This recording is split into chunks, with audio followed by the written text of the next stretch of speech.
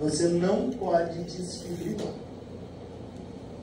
E aí, qual seria a diferença de uma cardioversão para desfibrilação? Basicamente, a diferença é se o choque ele vai ser sincronizado ou não. Quem faz um choque sincronizado, qual é a sincronia? É com o QRS. Se existir QRS, significa que tem como sincronizar. E quando tem QRS? Quando você está com problema no átrio. Percebeu isso? O próprio aparelho é que faz essa sincronização para você. Então ele vai pegar o que a gente chama de espículas, que é na verdade os pontos do QRS, ele faz isso de forma automática. E aí a quantidade, esse sincronismo significa que o choque tem que estar sincronizado com o QRS, beleza? Então o choque vai acontecer quando acontecer QRS. É isso que ele está te falando, tá? Porque se você não, se ficar desincronizado, você pode levar a uma fibrilação ventricular. E a fibrilação ventricular é o pior dos problemas que pode acontecer em um paciente com problemas cardíacos. Beleza. Quando que você vai desfibrilar? A desfibrilação é quando você tiver com problemas em ventrículo. Então, a fibrilação ventricular, ataque cardíaco ventricular sem pulso, ou ataque cardíaco ventricular polimórfico. Beleza? E aí você vai perceber que isso aqui é diferente, ó. Uma taquicardia ventricular monomórfica e uma taquicardia ventricular polimórfica. Então, toda vez que for ventrículo, você desfibrila. Toda vez que for átrio, você cardioverte. Deu certo? Jura? Então, a gente vai assistir um vídeo. Espero que dê certo. Dá um segundo.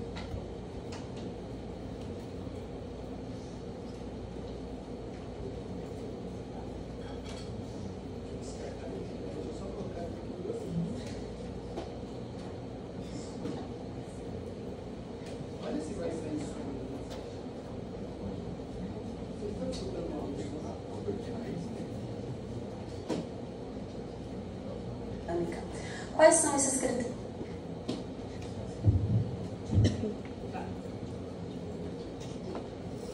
É um vídeo que demora 3 minutos.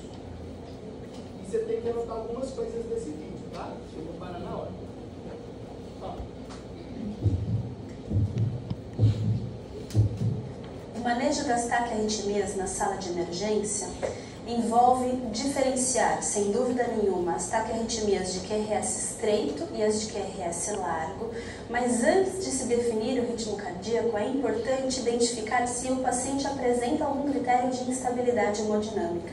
Quais são esses critérios de instabilidade hemodinâmica? São basicamente 5 para serem lembrados: dor torácica,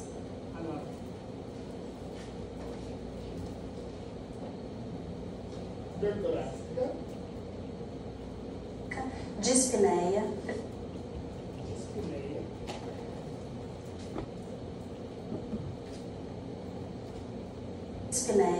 presença ou não de desmaio,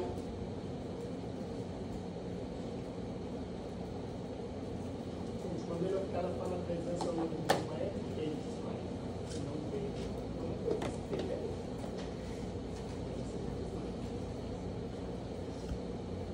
diminuição do nível de consciência, Diminuição do nível de consciência.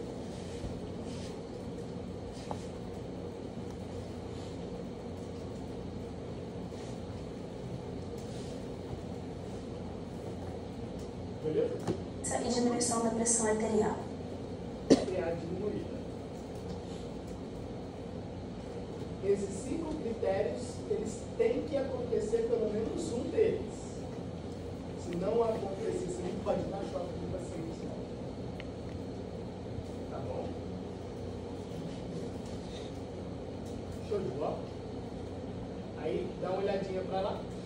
Frente um desses 5 critérios, a gente encara aquela taquiarritmia como causadora de instabilidade e a sequência da conduta é a cardioversão elétrica sincronizada, que é o que eu vou mostrar aqui para vocês.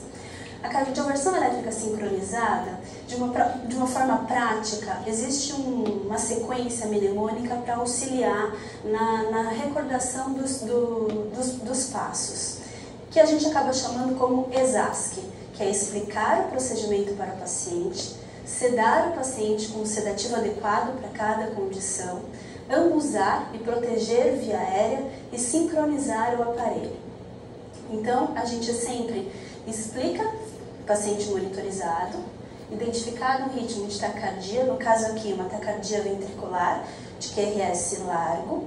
A gente explica então para o paciente o procedimento, por exemplo, seu João, meu nome é doutora Tatiana, o senhor está aqui na sala de emergência, o coração está muito acelerado e a gente vai precisar fazer um procedimento para reverter essa taquicardia, tá bom? Explicado então o procedimento, a gente realiza o sedativo por via endovenosa e após o tempo de eficácia da medicação, a gente testa se o seu João está consciente ou não. Seu João está inconsciente, então a gente procede. O procedimento então de ventilação com AMBU para proteção de via aérea e segue-se então para a cardioversão elétrica sincronizada. Esse aparelho é uma... Isso aqui, ó, tá vendo essas ondinhas? Beleza? Isso significa o que você está vendo. O que você está vendo aqui, ó, é o D2 longo, mostrando para a gente uma taquicardia ventricular monomórfica. Então, isso que você está vendo aqui, ó, cada pico desse significa um QRS. Tudo bem? Perceba que você não tem onda T de tatu e não tem onda P de pato. Não tem, não visualiza. Se não tem onda P de pato, você não consegue visualizar onda P, significa que isso é um ritmo ectópico ventricular. Então, não tem onda P, você não visualiza a onda P, significa que é um ritmo ectópico ventricular. Show de bola? E aí, neste caso, você consegue visualizar QRS.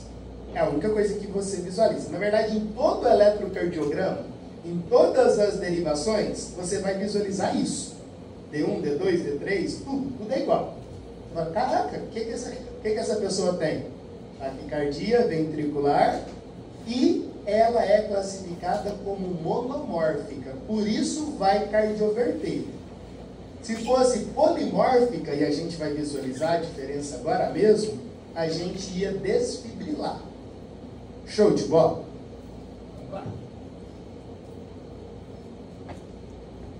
Aparelho bifásico, a gente escolhe a energia, que no caso, para taquicardia ventricular, a opção seria 100 joules para esse aparelho que é bifásico. Super importante sincronizar o aparelho, e vocês podem notar que ele passa a reconhecer cada espícula do QRS, solicitar o gel nas pás, posicionar as pás sobre o tórax do doente, no ápice e na região infraclavicular direita, dar a carga no aparelho, com esse botãozinho amarelo, aguardar a carga, garantir que todos os auxiliares e socorristas estejam afastados do paciente, inclusive você, pressionar o tórax e realizar o choque.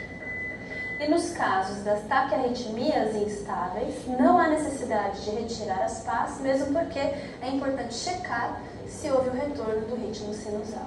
Se porventura o paciente não retornar ao ritmo sinusal no primeiro choque, é possível então realizar um segundo choque com uma energia maior, que no caso então poderia ser 200 joules.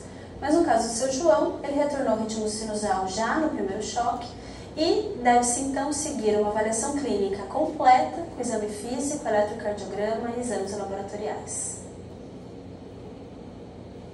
Beleza, professor? Então, pontos importantes aqui são pontos importantes, ó. A primeira coisa vai ser identificar na tela do aparelho o que está acontecendo. E a gente vai precisar de 4 possibilidades aqui, ó, para você visualizar o que está acontecendo. Quais são essas possibilidades? Primeiro, uma fibrilação atrial, um flutter atrial, uma taquicardia atrioventricular com reentrada nodal e uma taquicardia ventricular monomórfica, que foi o caso. Beleza. Se você identificou isso associado a 5 quesitos que você anotou, um dos 5, você tem que apertar esse botãozinho de sincronizar. Beleza? É você que decide, é você que aperta. O aparelho ele não reconhece, é você que fala, ó, vamos dar choque, e esse choque ele vai ser sincronizado. Bonitinho? Você vai perceber um outro vídeo agora mesmo que isso não acontecerá. A gente não vai apertar esse botãozinho. Então, vamos visualizar essas 5 características. A primeira é essa. Dá uma olhada e tira uma foto para mim. O que você está vendo nesse eletro que você pensa? Ixi,